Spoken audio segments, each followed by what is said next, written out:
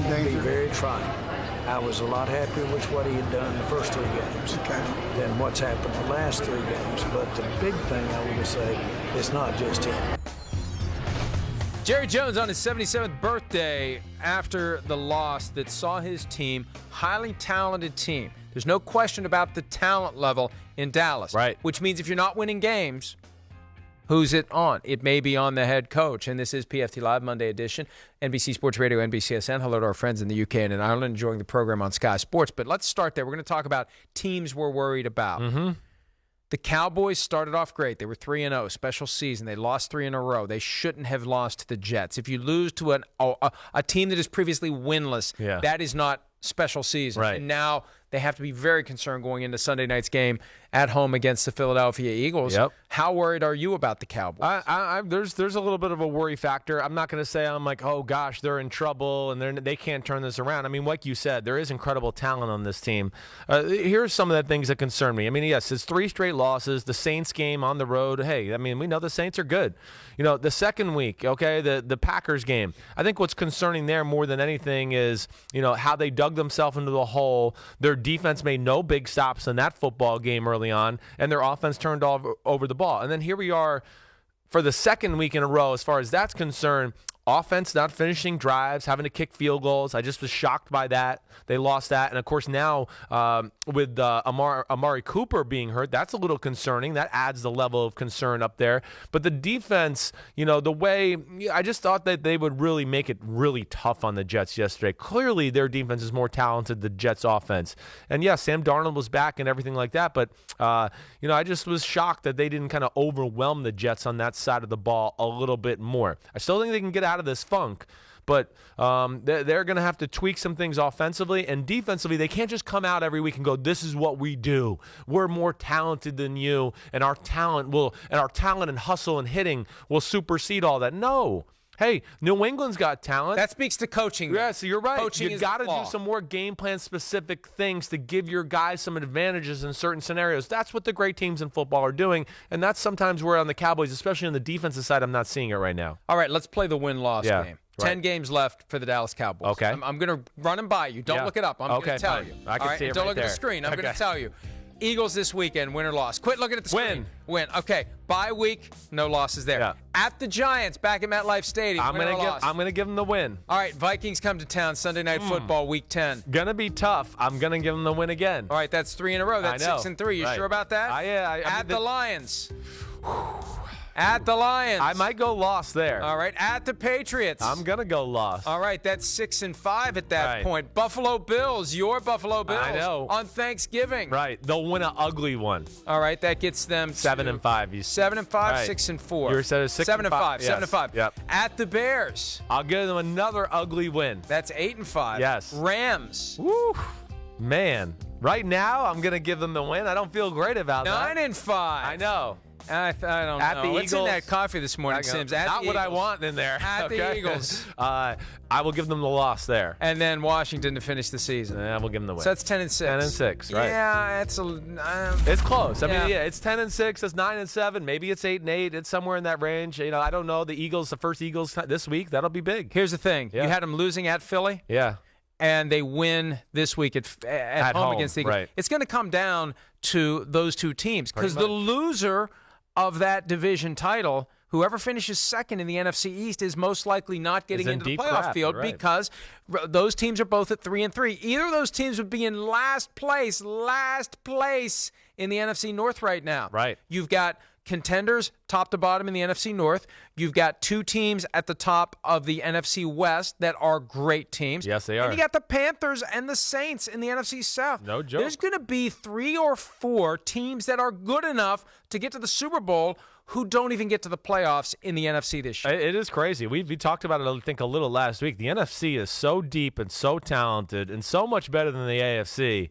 it's really not even close. I mean, we can't even figure out who the number 2 team is in the AFC. In the NFC, we just sit there and go, wow, it's one really good team after another. And the thing you look at about I know who the number 2 team in the AFC is. Yeah, who you going? Buffalo Bills. You're going with the Buffalo Bills. Buffalo Bills. Yeah, I hear you. It's hard to argue that at this point. I mean, the way they played New England and all that, I get it. So, yeah, I'd probably make them the number 2 team too. But you're right. There's going to be some really good football teams in the NFC that are going to be at home watching playoff football. And you'd go, man, if they were over in the AFC, they might be in the AFC Championship game playing against the Patriots. Also at 3-3, the LA Rams, who were 3-0. And, Yep. you know, it seemed like the Rams and the Cowboys were the class of the NFC. Yep. The Rams, desperate with extra time to face a 49ers team that was on a short week.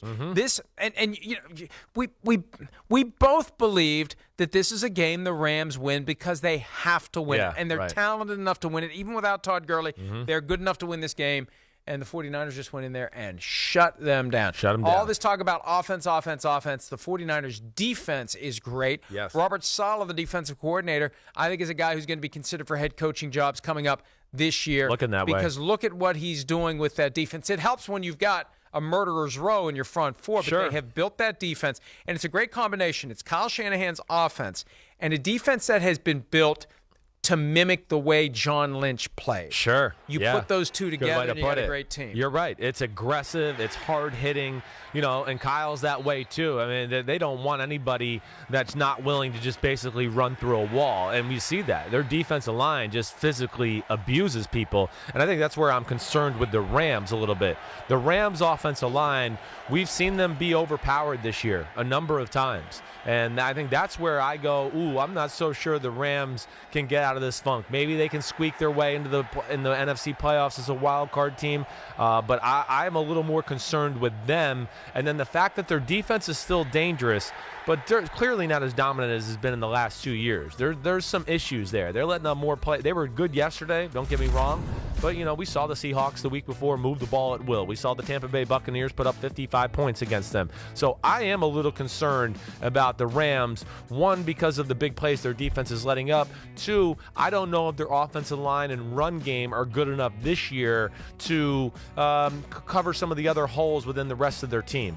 The weird thing about the Rams, in contrast to the Cowboys won 3 games against bad teams. Yes. The Rams beat the Panthers in Carolina. They beat the Saints. Now, Drew Brees was injured in the process. They went to Cleveland and beat the Browns in prime time.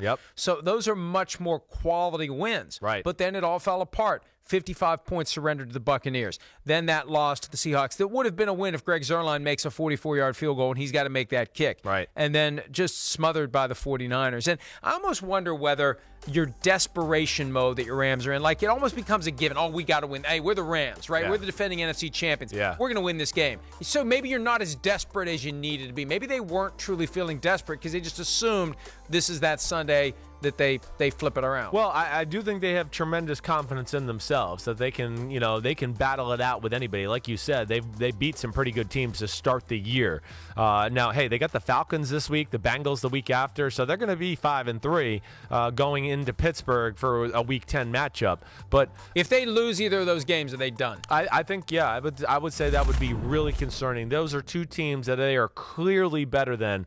That would tell me that something more is at play here than just, you know, just like, oh, we've messed up in a game or here or there. That there's something fundamentally wrong, like it is the Super Bowl hangover, and yeah, just maybe the attention to detail by the coaching staff and the players isn't quite where it needs to be this year. But the big thing that does concern me is their lack of running game as compared to years past. That's where everything has focused around, and when they can't run, this is not a great offensive line as far as pass protection is concerned, and they lose their starting guard yesterday, and they were already kind of weak on the interior part of their offensive line, and I think that could be a real issue for them as we go forward. You had convinced me in the aftermath of the loss to the Buccaneers that Jared Goff was spectacular in that game, even though he was being criticized. And I think he was spectacular against the Seahawks, he was. right? Yeah. He was not spectacular on Sunday. 78 passing yards. 78, not 178, not 278.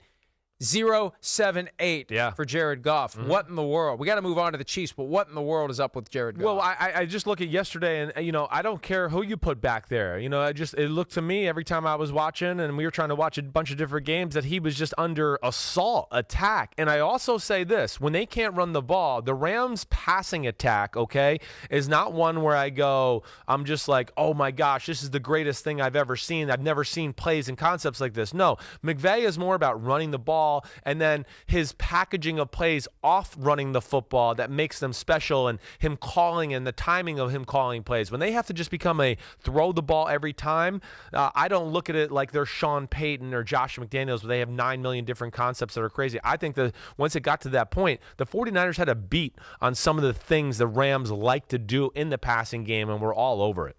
All right, the Kansas City Chiefs. They were 4-0. They've lost 2 in a row.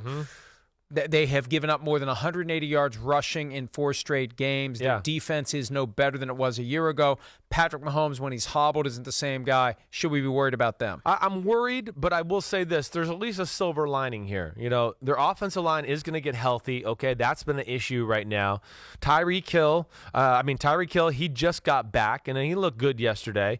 Sammy Watkins needs to be out there. This team is built on their firepower on the offensive side of the ball, and when they don't have that, it hurts them, because you just talked about the defense is not special, and then, their most special player on defense, a guy that's as good as any D tackle not named Aaron Donald in football, Chris Jones, he's not out there, so they miss him. Their defense is not going to be anything special. We know that. They have to outscore people. Yesterday they got a bad break. I'm not as concerned about the Chiefs. I think they can get this ship righted, and I think I still look at Mahomes, Andy Reid, and when a Sammy Watkins gets back, and I go, the Chiefs are going to be able to score with anybody.